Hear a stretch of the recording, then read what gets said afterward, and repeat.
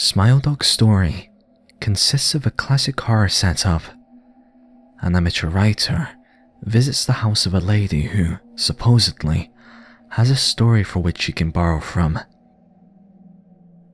Rather than speak, however, the lady has locked herself up in her room, crying and ranting about nightmares and visions and various other problems.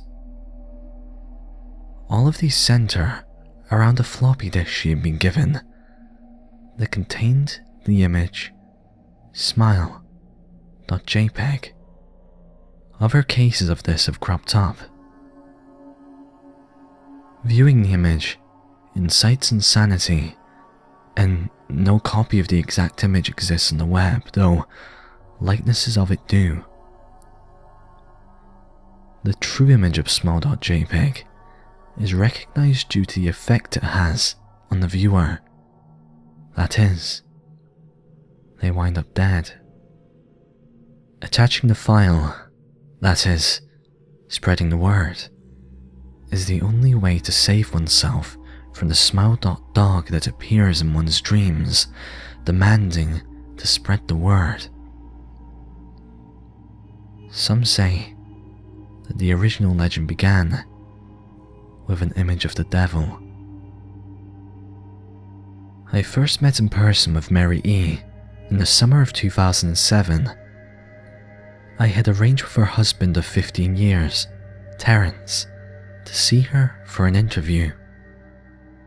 Mary had initially agreed since I was not a newsman, but rather an amateur writer gathering information for a few early college assignments and, if all went according to plan, some pieces of fiction.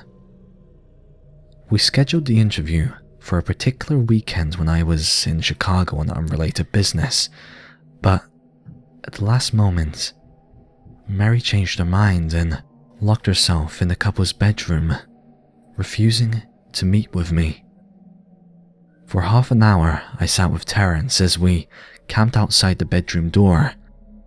I listened and took notes while he attempted fruitlessly to calm his wife. The things Mary said made little sense, but fit with the pattern I was expecting. Though I could not see her, I could tell from her voice that she was crying, and more often than not, her objections to speaking with me centered around an incoherent diatribe on her dreams, her nightmares. Terence apologized profusely when we ceased the exercise, and I did my best to take it in stride.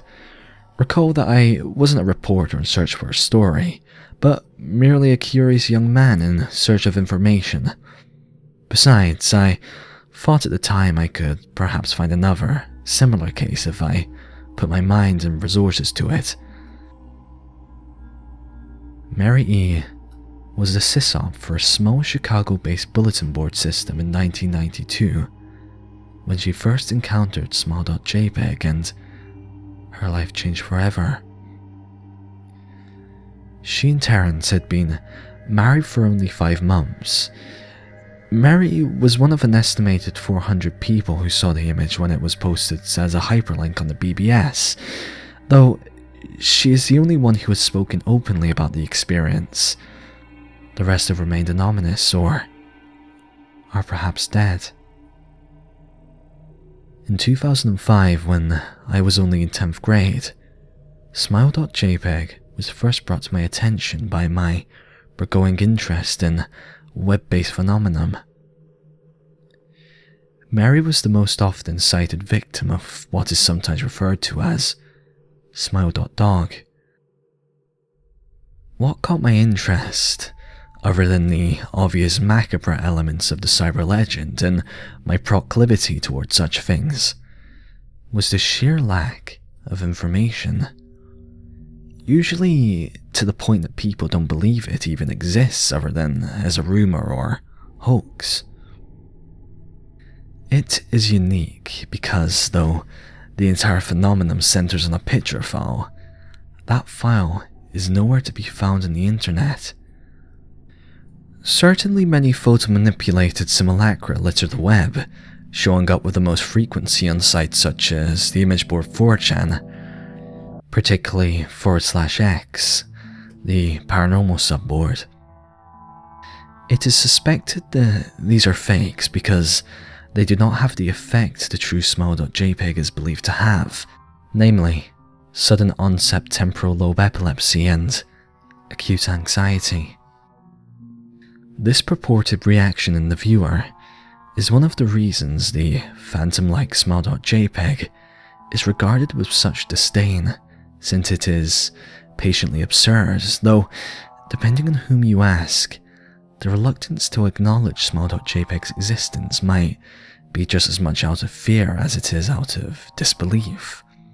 Neither smile.jpeg nor smile.dog is mentioned anywhere on Wikipedia, though the website features articles on such other, perhaps more scandalous shock sites. Any attempt to create a page pertaining to smile.jpeg is summarily deleted by any of the encyclopedia's many admins. Encounters with smile.jpeg are the stuff of internet legend. Mary's story is not unique. There are unverified rumors of smile.jpeg showing up in the early days of Usenet, and even one persistent tale that in 2002, a hacker flooded the forums of humor and satire website Something Awful with a deluge of smile.dog pictures, rendering almost half the forum users at the time epileptic. It is also said that in the mid to late 90s, smile.jpeg circulated on Usenet, and as an attachment of a chain email with the subject line, "Smile, God loves you."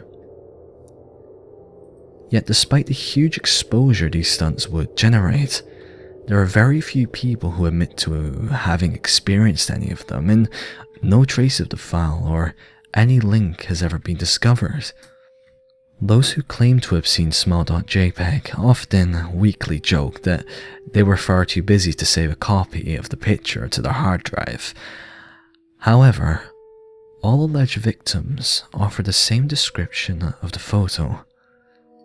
A dog-like creature, usually described as appearing similar to a Siberian husky, illuminated by the flash of the camera, sits in a dim room, the only background detail that is visible being a human hand extending from the darkness near the left side of the frame. The hand is empty, but is usually described as beckoning. Of course, most attention is given to the dog, or dog creature, as some victims are more certain than others about what they claim to have seen. The muzzle of the beast is repeatedly split in a wide grin, revealing 2 rows of very white, very straight, very sharp, very human-looking teeth. This is, of course, not a description given immediately after viewing the picture, but rather a recollection of the victims who claim to have seen the picture endlessly repeated in their mind's eye during the time they are, in reality, having epileptic fits. These fits are reported to continue indeterminately, often while the victims sleep, resulting in very vivid and disturbing nightmares. These may be treated with medication, though, in some cases, it is more effective than others. Mary E., I assumed, was not on effective medication. That was why, after my visit to her apartment in 2007, I sent out feelers to several folklore and urban legend-oriented news groups, websites, and mailing lists, hoping to find the name of a supposed victim of smile.jpeg who felt more interested in talking about his experiences. For a time, nothing happened, and at length I forgot completely about my pursuits, since I had begun my freshman year of college and was quite busy. Mary contacted me via email, however, near the beginning of March 2008 to jml@.com from marye@.net. Subject: Last summer's interview. Dear Mr. L, I am incredibly sorry about my behaviour last summer when you came to interview me. I hope you understand that it was no fault of yours, but rather my own problems that led me to act out as I did. I realised that I could have handled the situation more decorously. However, I hope you will forgive me. At the time, I was afraid. You see, for 15 years, I've been haunted by smile.jpeg. Smile.dog comes to me in my sleep every night. I know that this sounds silly, but it's true. There is an ineffable quality about my dreams, my nightmares, that makes them completely unlike any real dreams I have ever had. I do not move and do not speak. I simply look ahead, and the only thing ahead of me is the scene from that horrible picture. I see the beckoning hand, and I see Smile.dog. It talks to me. It is not a dog, of course, though I'm not quite sure what it really is. It tells me it will leave me alone if I do as it asks. All I must do, it says, is spread the word. That is how it phrases its demands, and I know exactly what it means. It wants me to show it to someone else. And I could. The week after my incident, I received in the mail a vanilla envelope with no return address. Inside was only a 3.5-inch floppy diskette.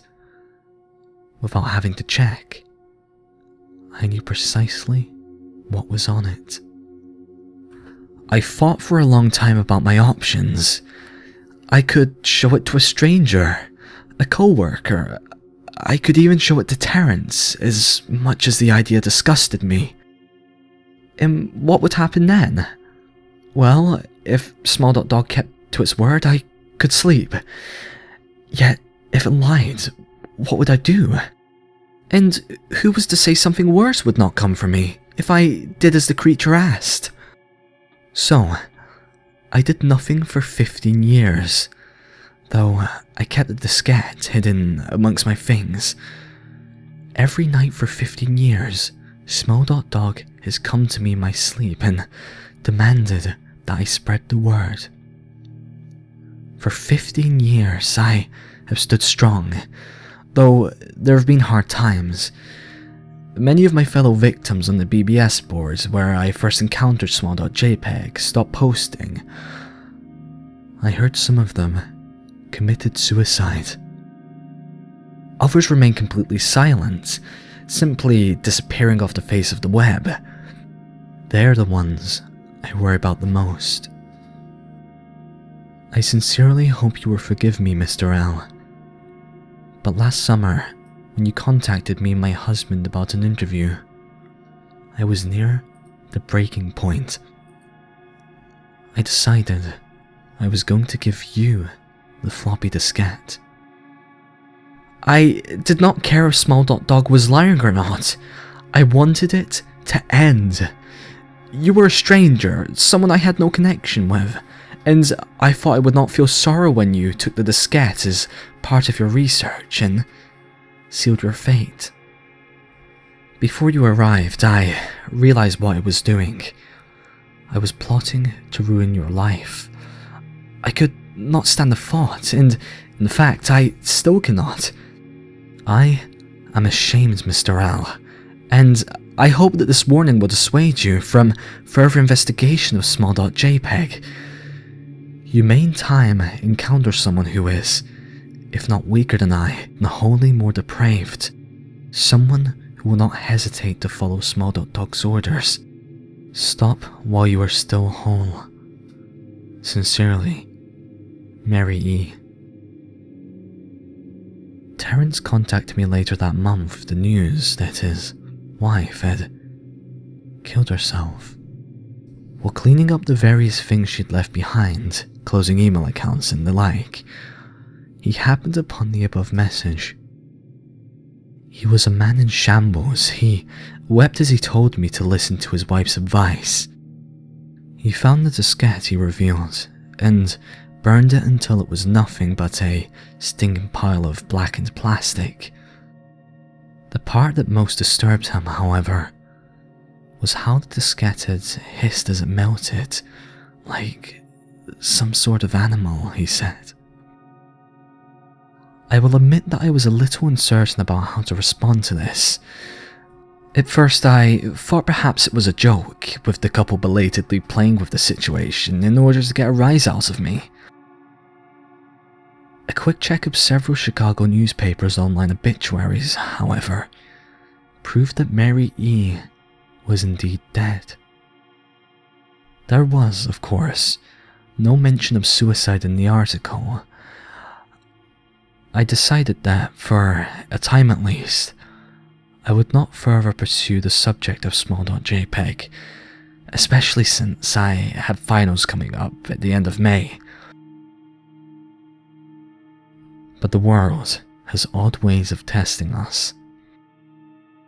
Almost a full year after I had returned from my disastrous interview with Mary E., I received another email. To jml@.com from ozahir82@.com. Subject: Smile. Hello, I found your email address for a mailing list. Your profile said you were interested in Smile.jpeg. I have saw it is not as bad as everyone says. I have sent it to you. Here, just spreading the word. Smiley face.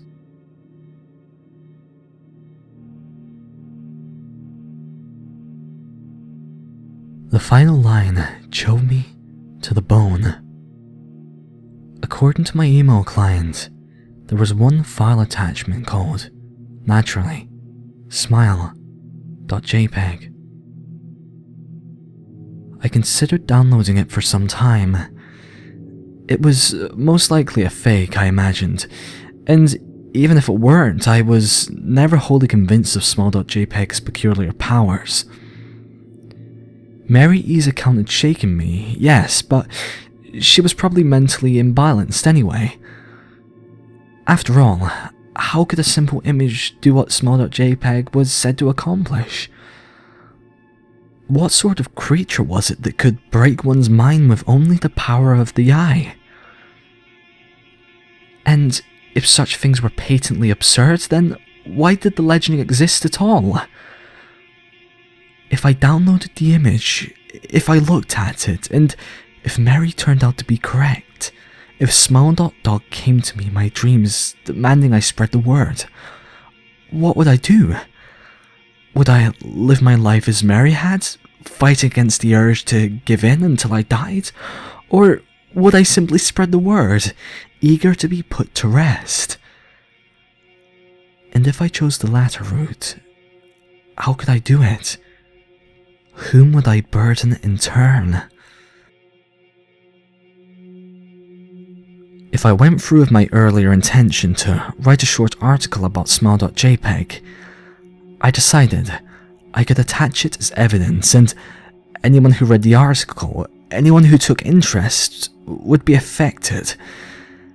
And even assuming the smile.jpeg attached to the email was genuine, would I be capricious enough to save myself in that manner? Could I spread the word? Yes. Yes, I could.